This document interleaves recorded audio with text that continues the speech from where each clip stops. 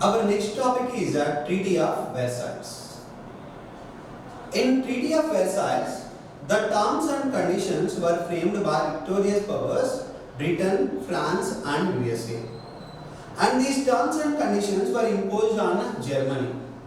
Germany suffered a lot with Treaty of Versailles. And the foundation or the support that was given for Hitler in Germany was due to, we can say, it was due to Treaty of Versailles. What this treaty did? This treaty imposed different kinds of punishments to Germany and other countries which were part of that group. Austro-Hungarian Empire was divided into different nation states. Turkish Empire was divided into different nation states. And the colonies held by Turkey in Africa were distributed among victorious powers. Germany was asked to pay compensation. Their coal deposits were taken. Their iron deposits were taken. Their army size was reduced. Their ship capacities were reduced to very low level. And their territory, some of their territories were also taken. Their major industrial area was occupied by France and Belgium. With all this, there were all kinds of problems in Germany and other countries which supported Germany after World War I. This Treaty of Versailles was an harsh treaty, and this also led to creation of Weimar Republic. New republic was established after abdication of king in Germany. That was also done with this treaty that took place in 1919 after First World War. This Treaty of Versailles gave all the support required for Hitler to develop a feeling of hatred in minds of people in Germany towards the victorious powers. The next important organization that was established after First World War was League of Nations. What is special about League of Nations? It was first international organization supported by many countries all over the world. It was established after Treaty of Versailles. One of the agreements during Treaty of Versailles was establishment of League of Nations. This League of Nations was established to prevent further wars, to focus on development of countries all over the world, to promote health conditions all over the world, to increase literacy levels all over the world, and it was given responsibility of disarmament. The weapons that were manufactured before and during First World War were to be come down after establishment of League of Nations. It was successful in some cases. It was unsuccessful in different areas. At its peak, it had only 58 members. Only 58 countries were part of League of Nations. To some extent, it was successful. When we talk about Åland Island near Sweden, there was a problem between Sweden and Finland. When these Åland Islands are located at same distance between Sweden and Finland, there was a conflict over who should rule these islands. The League of Nations interfered, and the responsibility of ruling Åland Islands was given to Finland. And during Turkish civil war, this League of Nations interfered, and it sent doctors from all over the world to support people who were suffering in this manner. It was successful to some extent. There was no existence of League of Nations after Second World War. When Second World War started, it led to end of League of Nations. After Second World War, it led to formation of United Nations Organization in 1945. Our next topic is Russian Socialist Revolution. When we talk about Russian Socialist Revolution, we must discuss about the Tsar dynasty of Russia. This Tsar dynasty of Russia was very famous for its rule with help of army and bureaucracy. Tsar Nicholas II was the ruler during the Russian Revolution in 1917. So when we talk about any revolution, there will be different regions like economic regions, social regions, religious regions. All these regions led to revolution in Russia. The Russian Revolution was due to economy. The Russian Revolution was due to society. It was also due to religious policy followed by Tsar Nicholas II or Tsar dynasty. So what were the problems faced by people? More than 85% of people in Russia were dependent on agriculture, and most of the land was under control of feudal lords.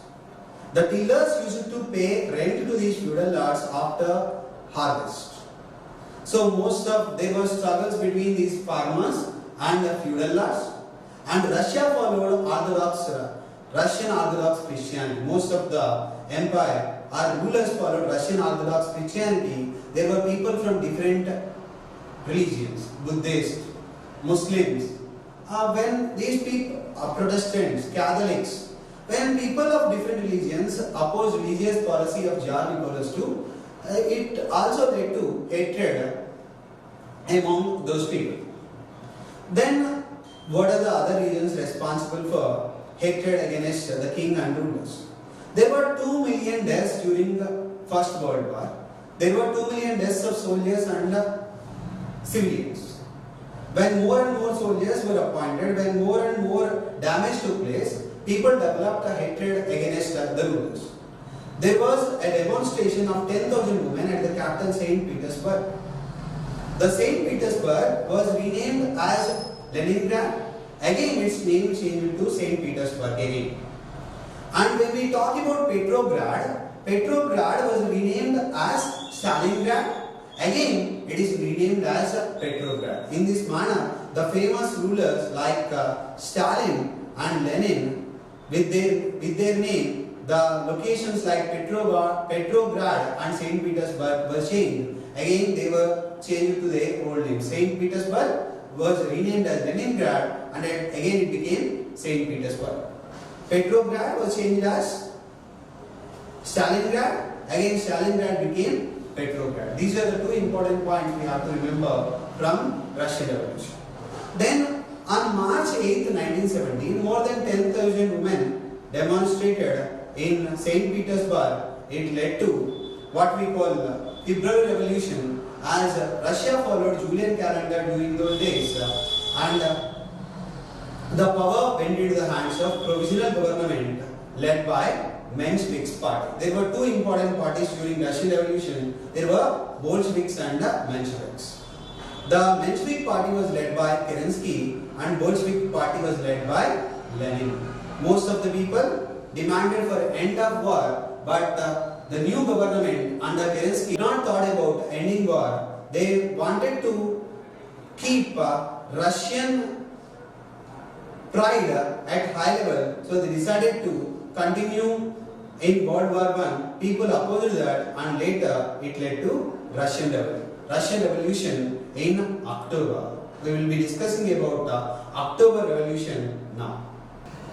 Before our discussion about October Revolution, it is important to understand the difference between Julian calendar and the Gregorian calendar. Till 1st February 1918, Russia followed Julian calendar. Pope Gregory introduced the Gregorian calendar, and Russia followed Gregorian calendar from 1st February 1918. The Gregorian calendar is 13 days ahead of Julian calendar. Then February Revolution took place on 12th March and October Revolution took place on 7th November. These are the important points we have to remember based on Julian calendar and Gregorian calendar. Then the role played by women during February Revolution. As we already discussed, the women of Russia played an important role during February Revolution. Take one example of Marfa Vasileva, a milling machine operator in Lawrence telephone factory. She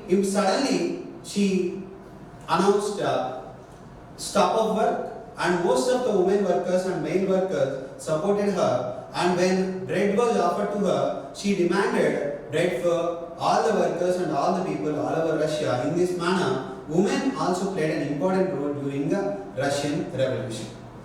Then, what were the changes and what happened during October Revolution and after October Revolution. In April, Lenin returned from exile. After his return, he made Bolshevik party more and more stronger. Most of the policies like continuing First World War was opposed by most of the people. That was a decision taken by provisional government under Menshevik. When Lenin gave different promises like distribution of land to the poor, nationalization of banks and end of war, most of the people all over Russia supported him and supported his party known as Bolshevik Party or Russian Communist Party. With the promises given by Lenin, most of the Soviets established all over Russia by industrial workers, professionals, farmers and other people extended their support for Bolshevik Party, and it led to fall of government led by Kerensky and Menshevik. With this revolution on 7th November 1917, Bolshevik Party came to power and there was a civil war between three groups. They were whites, greens and reds. Bolsheviks were called reds and socialists and democrats were considered as greens, and the supporters of Tsar were considered as white armies. The armies of white armies, green armies fought with the red army under the leadership of Lenin. All the groups were defeated by Lenin by the time of 1920. The total situation came under control of Lenin by 1920. He went for distribution of land, he nationalized bank, he made immediate peace with Germany with unconditional treaty in 1917. All these new policies under Lenin led to development of Russia after First World War. Then after death of Lenin in 1924, Stalin came to power. Stalin was responsible for massive development of Russia. He was responsible for introducing collectivization in agriculture. Instead of private ownership of land, the land was combined and all the people of the village were asked to work. The combined harvest was distributed between all the people in Russia. All the people in that village, it happened all over Russia. We can say this collectivization was applied all over Russia, even though there was an opposition from different groups, different landlord groups and different large farmers. All of them were suppressed brutally by Stalin, and today Russian socialist model is famous all over the world. And he was also responsible for introducing 5-year plan, planned economic development. He started 5-year plans in 1928. Planned economic development was focused through 5-year plans introduced by Stalin. He was a strong leader. He gathered more and more support for communism and socialism. With this, Russia became a major power to expand socialism, to expand communism all over the world. He supported Comintern, which was established in 1919, and different socialist leaders all over the world extended support for Russia and Stalin, and these socialist policies led to development of Russia. Most of the factories were owned by government, most of the lands were owned by people, and whatever produce or whatever income generated by government was distributed almost equally to all the people. These socialist societies with equality and fraternity as major ideas competed with other capitalist countries, which were dependent on political equality and capitalist economy.